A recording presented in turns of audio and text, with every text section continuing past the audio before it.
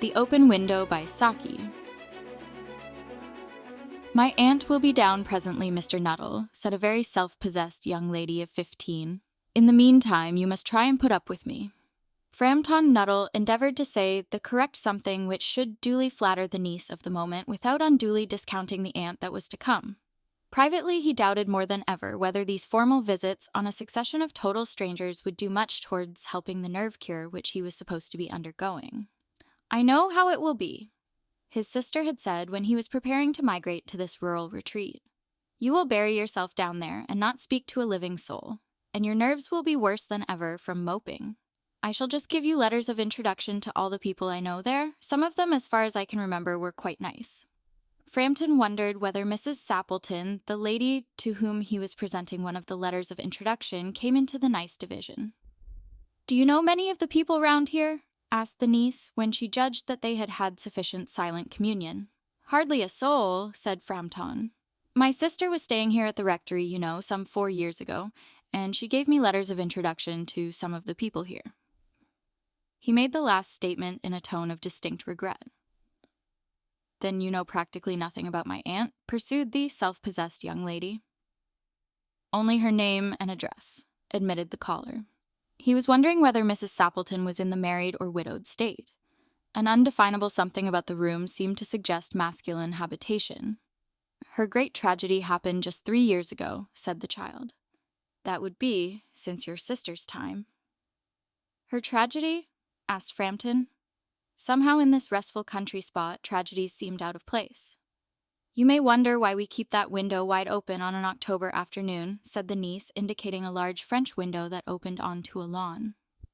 "It is quite warm for the time of the year," said Framton. "But has that window got anything to do with the tragedy? Out through that window, 3 years ago to a day, her husband and her 2 young brothers went off for their day's shooting. They never came back. In crossing the moor to their favorite snipe shooting ground, they were all 3 engulfed in a treacherous piece of bog. It had been that dreadful wet summer, you know, and places that were safe in other years gave way suddenly without warning. Their bodies were never recovered.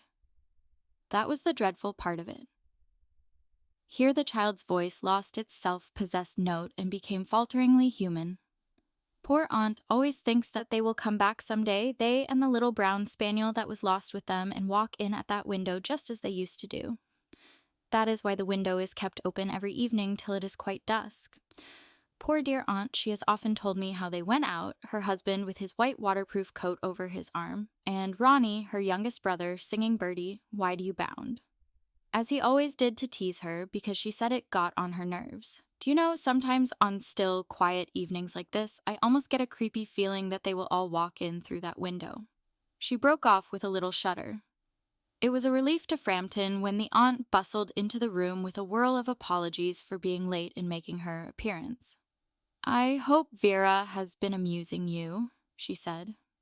"She has been very interesting," said Framton. "I hope you don't mind the open window," said Mrs. Sappleton briskly. "My husband and brothers will be home directly from shooting, and they always come in this way. They've been out for snipe in the marshes today, so they'll make a fine mess over my poor carpets. So like you menfolk, isn't it?" She rattled on cheerfully about the shooting and the scarcity of birds and the prospects for duck in the winter. To Framton, it was all purely horrible. He made a desperate but only partially successful effort to turn the talk onto a less ghastly topic. He was conscious that his hostess was giving him only a fragment of her attention, and her eyes were constantly straying past him to the open window and the lawn beyond. It was certainly an unfortunate coincidence that he should have paid his visit on this tragic anniversary.